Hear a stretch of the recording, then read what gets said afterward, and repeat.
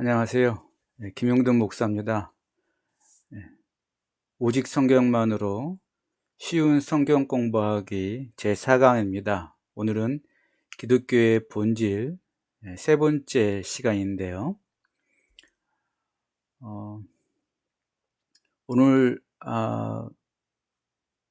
다룰 주제는 이웃사랑, 즉 형제사랑은 구체적으로 어떻게 하는가 하는 것에 대해서 다루겠습니다. 이것을 다루기 전에 먼저 기독교의 본질, 우리가 두 번 했는데 약간 복습하겠습니다.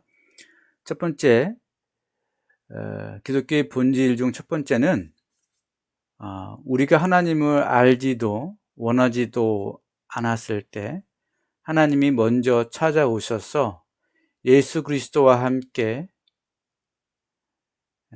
하늘에 앉히는 영광을 우리에게 주셨다는 겁니다. 두 번째는 하나님이 이렇게 그리스도인들을 만든 이유가 예수 그리스도 안에서 선한 일을 하도록 만드신 것이죠. 세 번째, 그 선한 일이란 하나님 사랑, 즉 이웃 사랑이었는데요. 하나님 사랑은 구체적으로 이웃 사랑으로 증명된다고 말씀드렸습니다. 그 증거 구절로 지난 시간에 봤던 것이 요한일서 4장 11절부터 12절, 20절부터 21절 말씀인데요. 다시 한번 보면 11절 말씀부터 볼게요. 사랑하는 자들아, 하나님이 이같이 우리를 사랑하셨은지요. 우리도 서로 사랑하는 것이 마땅하도다. 어느 때나 하나님을 본 사람이 없으되 만일 우리가 서로 사랑하면 하나님이 우리 안에 거하시고 그의 사랑이 우리 안에 온전히 이루어지느니라. 누구든지 하나님을 사랑하노라 하고 그 형제를 미워하면 이는 거짓말하는 자니 보는 바 그 형제를 사랑하지 아니하는 자는 보지 못하는 바 하나님을 사랑할 수 없느니라. 우리가 이 계명을 주께 받았나니 하나님을 사랑하는 자는 또한 그 형제를 사랑할지니라. 네. 이거 외에도 하나님 사랑이 구체적으로 이웃사랑으로 증명된다는 증거 본문으로 볼 수 있는 게 로마서 4장 10절입니다. 읽어보면 사랑은 이웃에게 악을 행하지 아니하나니 그러므로 사랑은 율법의 완성이니라. 갈라디아서 5장 13절 말씀도 같은 맥락의 말씀인데, 형제들아 너희가 자유를 위하여 부르심을 입었으나 그러나 그 자유로 육체의 기회를 삼지 말고 오직 사랑으로 서로 종 노릇하라. 온 율법은 내 이웃 사랑하기를 내 자신같이 하라 하신 한 말씀에서 이루어졌나니. 율법의 핵심은 하나님 사랑, 이웃 사랑입니다. 근데 이웃 사랑 그 자체로 율법이 완성된다, 이렇게 강조하고 있습니다. 왜요? 이웃 사랑이 하나님 사랑에 대한 구체적 증명이기 때문에 그렇습니다.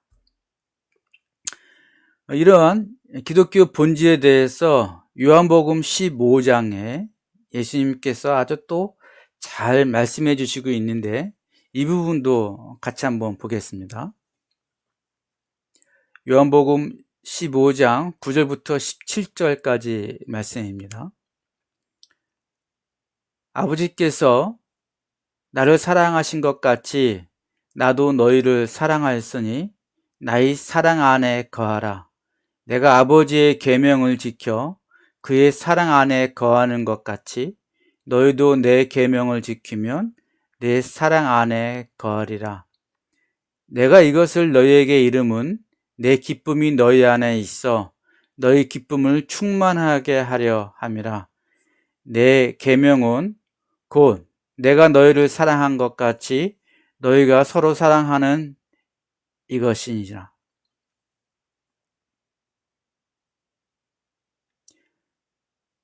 사람이 친구를 위하여 자기 목숨을 버리면 이보다 더 큰 사랑이 없나니 너희는 내가 명하는 대로 행하면 곧 나의 친구라. 이제부터는 너희를 종이라 하지 아니하리니 종은 주인이 하는 것을 알지 못함이라. 너희를 친구라 하였노니 내가 내 아버지께 들은 것을 다 너희에게 알게 하였음이라. 너희가 나를 택한 것이 아니요 내가 너희를 택하여 세웠나니 이는 너희로 가서 열매를 맺게 하고 또 너희 열매가 항상 있게 하여 내 이름으로 아버지께 무엇을 구하든지 다 받게 하려 함이라.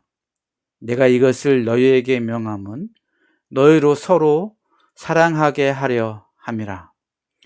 먼저 보면은요 16절에 너희가 나를 택한 것이 아니요 내가 너희를 택하여 세웠다라는 말씀이 기독교가 다른 종교와 근본적으로 다른 점이었고, 이렇게 우리를 택하여 세우신 이유가 이는 너희로 가서 열매를 맺게 하고 또 너희 열매가 항상 있게 하려는 것이라고 말씀하십니다. 그 열매는 17절에 내가 이것을 너희에게 명함은 너희로 서로 사랑하게 하려 함이라. 또 12절에는요 내 계명은 곧 내가 너희를 사랑한 것 같이 너희도 서로 사랑하라 하는 이것이다 라고 그 맺어야 할 열매에 대해 서로 사랑하는 것이라고 분명하게 말씀하십니다. 그런데 그 서로 사랑하라는 예수님의 계명은 택함받은 자가 반드시 맺어야 할 열매인데 그 이유는요 10절에 내가 아버지의 계명을 지켜 그의 사랑 안에 거하는 것 같이 너희도 내 계명을 지키면 내 사랑 안에 거하리라고 말씀하시기 때문입니다. 즉 하나님의 아들이신 예수님조차 아버지의 계명을 지켜야만 하나님 사랑 안에 거하실 수 있었다면 하물며 14절에서 예수님께서 말씀하신 것 같이 이제 막 종에서 친구로 택함받은 우리가 예수님의 계명을 지키지 않는다면 어떻게 예수님의 사랑 안에 거할 수 있겠습니까? 그래서 택함받은 자로서 우리는 서로 사랑하라는 예수님의 계명을 지킬 때에만 그 사랑 안에 머물 수 있습니다. 예수님의 사랑 안에 머물 때에만 11절에 나타난 것처럼 예수님이 주시는 기쁨이 우리한테 넘칠 것입니다. 또 예수님의 사랑 안에 머물 때에만 예수님의 이름으로 하나님께 구하는 것을 받을 수 있습니다. 물론 이때 우리가 예수님의 이름으로 하나님께 구하여 받는 것은 우리의 욕심이나 탐욕에 따라 구하는 것이 아닌 서로 사랑하라는 예수님의 계명을 이룰 수 있는 그 능력을 얻기 위해서 구하는 것이 되어야겠죠. 야고보서 4장 3절에는 구하여도 받지 못하면 정욕으로 쓰려고 잘못 구하기 때문이다 이렇게 말씀하시고요. 요한일서 5장 14절 15절 말씀을 보면 그를 향하여 우리가 가진 바 담대함이 이것이니 그의 뜻대로 무엇을 구하면 들으심이라. 우리가 무엇이든지 구하는 바를 들으시는 줄을 안즉 우리가 그에게 구한 그것을 얻은 줄을 또한 아니라. 주님의 뜻대로 구하는 것은 이미 얻은 줄, 그리고 주께서 내가 구하는 바를 들으시는 줄 우리가 믿어야 될 것인데요. 그때 중요한 것은 그의 뜻이 무엇인가, 우리가 사랑할 수 있는 능력을 얻기 위하여 구하는 것입니다. 이제 복습을 했는데요. 자, 그러면 이제부터 오늘의 중요한 주제, 이웃사랑, 형제사랑은 구체적으로 어떻게 하는가를 좀 살펴보겠습니다. 이 방법을 알기 위해서는요, 지난 3강에서 보았던 그 선한 사마리아인의 비유를 다시 살펴볼 필요가 있습니다. 누가복음 10장 25절부터 37절까지 말씀이었죠. 다시 한번 보겠습니다. 25절, 어떤 율법 교사가 일어나 예수를 시험하여 이르되, 선생님, 내가 무엇을 하여야 영생을 얻으리이까? 예수께서 이르시되, 율법에 무엇이라 기록되었으며 내가 어떻게 있느냐? 대답하여 이르되, 내 마음을 다하며 목숨을 다하며 힘을 다하며 뜻을 다하여 주 너의 하나님을 사랑하고 또한 내 이웃을 내 자신같이 사랑하라 하였나이다. 예수께서 이르시되, 내 대답이 옳도다. 이를 행하면 그러면 살리라. 여기까지가 하나님 사랑, 이웃 사랑. 그리고 이웃 사랑은 하나님 사랑을 증명하는 것이다. 이렇게 말씀을 드렸고요. 이제 29절부터 27절까지 나와 있는 말씀이 어떻게 이웃 사랑을 할 것인가, 어떻게 형제 사랑을 할 수 있는가는 구체적인 방법을 예수님께서 가르쳐 주시고 계십니다. 읽어보겠습니다.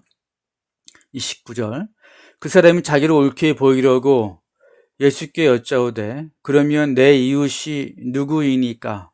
예수께서 대답하여 이르시되, 어떤 사람이 예루살렘에서 여리고로 내려가다가 강도를 만나매 강도들이 그 옷을 벗기고 때려 거의 죽은 것을 버리고 갔더라. 마침 한 제사장이 그 길로 내려가다가 그를 보고 피하여 지나가고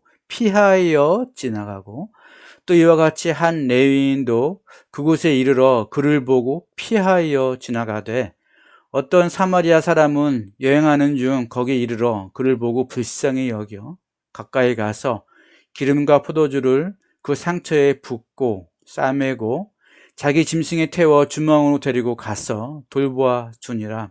그 이튿날 그가 주막 주인에게 데나리온 2를 내어주며 이르되, 이 사람을 돌보아 주라. 비용이 더 들면 내가 돌아올 때에 갚으리라 하였으니, 내 생각에는 이 세 사람 중에 누가 강도 만난 자의 이웃이 되겠느냐?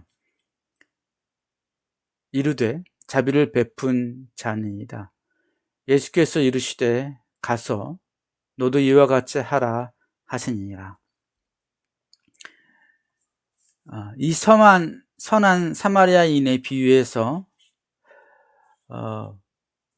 바로 그 29절 37절까지의 말씀을 통해 예수님께서 어떻게 우리가 이웃사랑을 할 것인가, 이웃사랑의 방법이 무엇인가에 대해서 아주 잘 말씀해 주고 계십니다. 먼저 이 선한 사마리아인의 비유를 좀 그 배경을 설명할 필요가 있는데요. 첫 번째, 당시 예루살렘에서 여리고로 가는 길은 사람들의 왕래가 빈번하고 강도들도 자주 출몰하는 곳이었습니다. 그러니까 예수님은 주변에서 늘상 일어나는 일로 아주 쉽게 이웃사랑하는 방법을 가르쳐 주시고 계신 겁니다. 예루살렘에서 여리고로 내려가는 길에 어떤 사람이 강도들을 만나 거반 죽게 되었습니다. 마침 제사장과 레위인이 그리고 사마리아인이 지나게 되었는데요. 제사장과 레위인은 그냥 피하여 지나가고 사마리아인이 그 강도 만난 자를 구합니다. 근데 여기 나온 사마리아인은요, 그 당시 유대인들에게 불가촉 천민같이 취급받았습니다. 여기는 역사적인 배경이 있죠.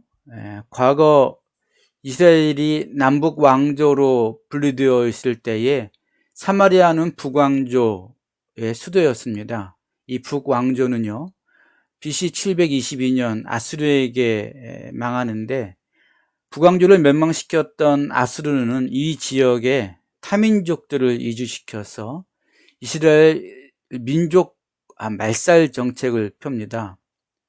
한편 남유다 남왕조 유다는요, 북왕조가 멸망한 지 약 140년 후 BC 586년에 바벨론에게 망하는데요.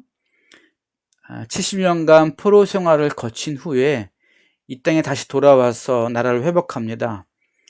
이때 재건된 남왕조 유다 사람들은 수백 년간 여러 민족과 섞여 살게 된 북왕조 사람들을 자기 민족으로 여기지 않습니다. 오히려 그들을 사마리아인이라고 마치 이방인처럼 경멸합니다.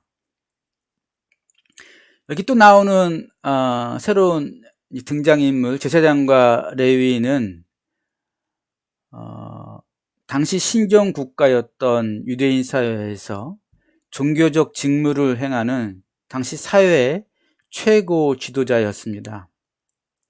이들이 강도 만난 자를 피하여 지나치는 데는 그럴 만한 이유가 있었습니다.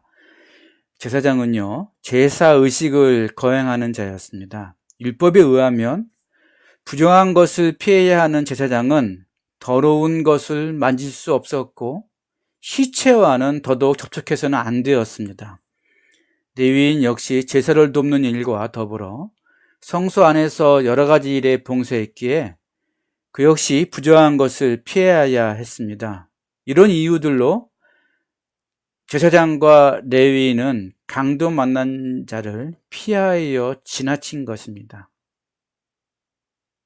그러나 제사장이나 레위인에게 이런 사정이 있었음에도 불구하고 예수님은 하나님을 모르는 이방인처럼 취급받았던 사마리아인을 하나님을 위하여 제사 드리는 제사장이나 레위인보다 하나님의 선한 일, 즉 이웃사랑을 실천한 하나님 앞에서 의로운 자라고 말씀하고 계십니다. 따라서 이 말씀, 이 비유를 통해서 어떻게 구체적으로 이웃사랑, 형제사랑을 할 수 있는가? 첫 번째, 우리는 이웃이나 형제라고 하면 우선 서로 잘 알고 지내는 사람을 떠올리기 쉽습니다. 그러나 사마리아인과 강도 만난 사람은요, 전에 일면식도 없던 사람들입니다. 그럼에도 불구하고 예수님은 이들이 서로 이웃간이라고 말씀하십니다. 따라서 예수님에 의하면 이웃이나 형제는 서로 피차 잘 알고 지내느냐는 것에 있지 않고 내 옆에 약하고 도움이 필요한 자가 있으면 그가 바로 이웃이 되고 형제가 됩니다. 그리고 내 주변에 약하고 도움이 필요한 자에게 도움을 주면 그것이 바로 이웃사랑이고 형제사랑이라고 예수님은 말씀하십니다. 야고보서 2장에는 다음과 같은 말씀이 있습니다. 14절 말씀인데요. 내 형제들아, 만일 사람이 믿음이 있노라 하고 행함이 없으면 무슨 유익이 있으리요? 그 믿음이 능히 자기를 구원하겠느냐? 만일 형제나 자매가 헐벗고 일용할 양식이 없는데 너희 중에 누구든지 그에게 이르되 평안히 가라, 덥게 하라, 배부르게 하라 하며 그 몸에 쓸 것을 주지 아니하면 무슨 유익이 있으리요? 이와 같이 행함이 없는 믿음은 그 자체가 죽은 것이라. 따라서 이 말씀에 근거해 내 주변의 약한 자의 어려움을 돌보지 않는다면 그는 하나님의 선한 일, 즉 이웃사랑을, 형제사랑을 실천하지 않는 자입니다. 또한 이웃사랑을 실천하지 않는 자는 하나님도 사랑하지 않는 자입니다. 제사장과 레위인은 강도 당한 자를 피하여 지나갈 명분이 있었습니다. 그러나 어떤 명분이 있다 하더라도 자기 주변의 약한 자를 외면하면 그들이 아무리 정성을 다해 하나님께 제사를 드리던지 간에 그들은 하나님을 사랑하는 자가 아닙니다. 이것은 이미 구약 성경에서 강조하고 있습니다. 사무엘상 15장 22절부터 23절까지의 말씀, 유명한 말씀이고 예수님도 이 말씀을 성경을 통해서 많이 인용하고 계신데요. 사무엘이 이르되 여호와께서 번제와 다른 제사를 그의 목소리를 청종하는 것을 좋아하심 같이 좋아하시겠나이까. 순종이 제사보다 낫고 듣는 것이 숫 양의 기름보다 나으니 이는 거역하는 것은 점치는 죄와 같고 완고한 것은 사신, 죽은 우상에게 절하는 죄와 같음이라. 왕이 여호와의 말씀을 버렸으므로 여호와께서도 왕을 버려 왕이 되지 못하게 하려 하셨나이다. 사울 왕한테 한 경고의 말씀이지요. 말라기 2장에도 그런 말씀이 나옵니다. 너희 제사장들아, 이제 너희에게 이같이 명령하노라. 만군의 여호와가 이르노라. 너희가 만일 듣지 아니하며 마음에 두지 아니하여 내 이름을 영화롭게 하지 아니하면 내가 너희에게 저주를 내려 너희의 복을 저주하리라. 내가 이미 저주하였나니 이는 너희가 그것을, 하나님 말씀이죠, 마음에 두지 아니하였음이라. 보라, 내가 너희의 자손을 꾸짖을 것이요 똥, 곧 너희 절기의 희생의 똥을, 엄청난 말씀이죠. 희생 제사를, 희생 제물을 똥이라고 말씀하십니다. 너희 얼굴에 바를 것이라. 너희가 그것과 함께 제하여 버림을 당하리라. 만군의 여호와가 이르노라.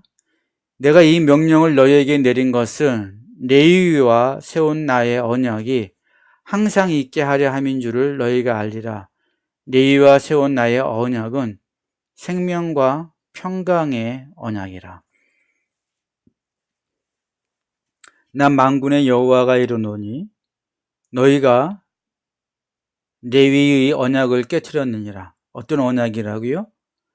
생명과 평강의 언약입니다. 너희가 내 길을 지키지 아니하고 율법을 행할 때에 사람에게 치우치게 행하였으므로 나도 너희로 하여금 모든 백성 앞에서 멸시와 천대를 당하게 하였느니라 하시니라. 그들이 행한, 그러니까 제사장들이 희생의 제물을, 제사를 드리면서도 주의 말씀을 지키지 않은 것이 무엇인가? 이제 13절 이하에 나오는데요. 너희가 이런 일도 행하나니 곧 눈물과 울음과 탄식으로 여호와의 제단을 가리게 하는도다.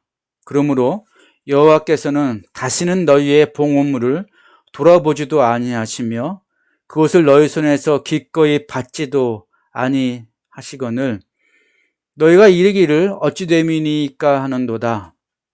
이제부터 말씀하시죠. 이는 너와 내가 어려서 맞이한 아내 사이에 여호와께서 증인이 되시기 때문이라. 그는 내 짝이요 너와 서약한 아내로 돼 내가 그에게 거짓을 행하였도다.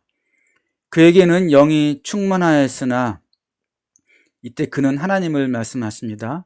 오직 하나를 만들지 아니하였느냐. 그러니까 아내를 하나를 주었다 이 말씀이시죠.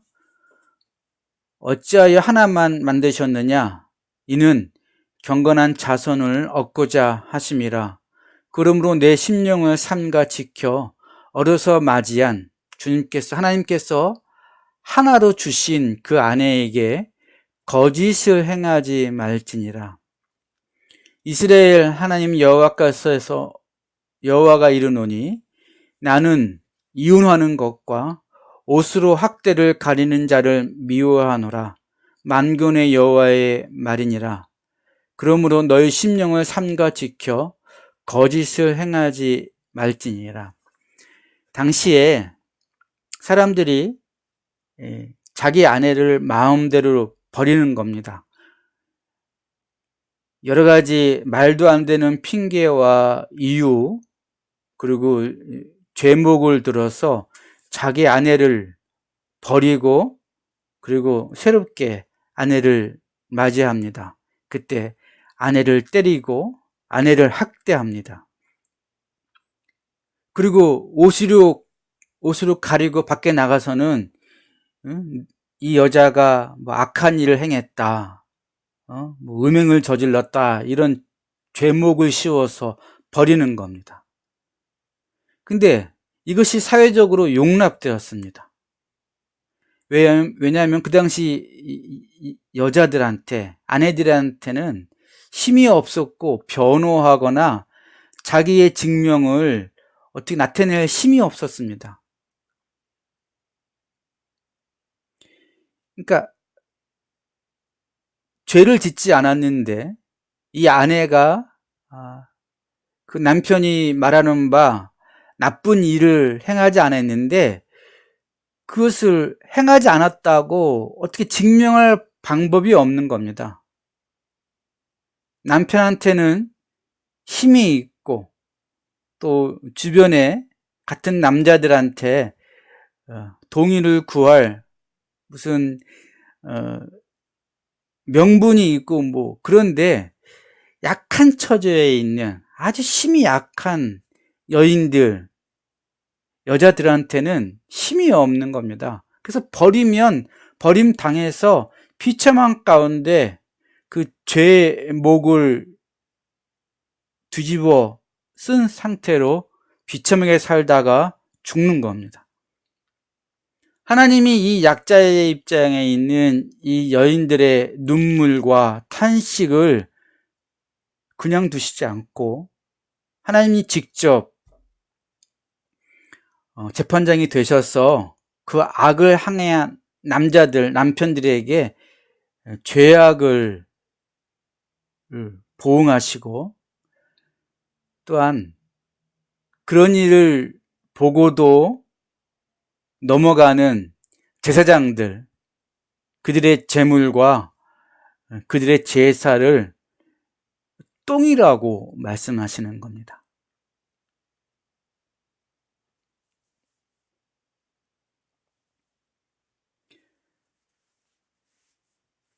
이웃사랑은 곧 약한 자를 돌보는 겁니다.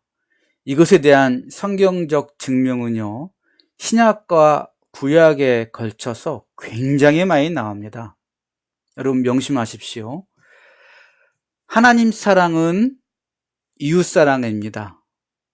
하나님 사랑에 대한 증명은 이웃 사랑이라는 것으로 증명됩니다. 그런데 그 이웃 사랑은 다른 방법이 아니라 약한 자, 내 주변에 있는 약한 자를 돌보는 겁니다. 한 번 본 적도 없는, 일면식도 없는, 그러나 길 가다가 강도 만난 자, 그의 약한 형편을 돌보는 것, 그것이 이웃이고 이웃사랑입니다.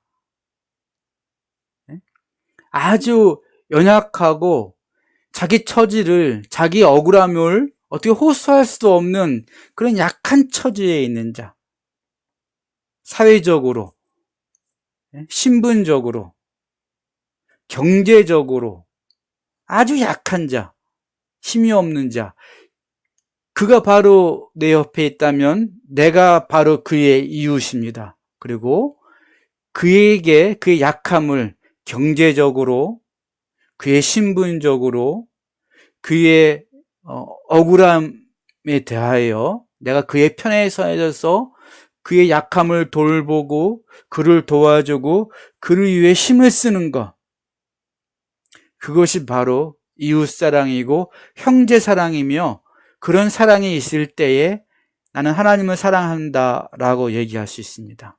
이 이웃사랑은 곧 약한 자를 돌봄이라는 이 성경적 증거에 대해서는 다음 시간에 좀 더 자세하게 살펴보겠습니다. 감사합니다.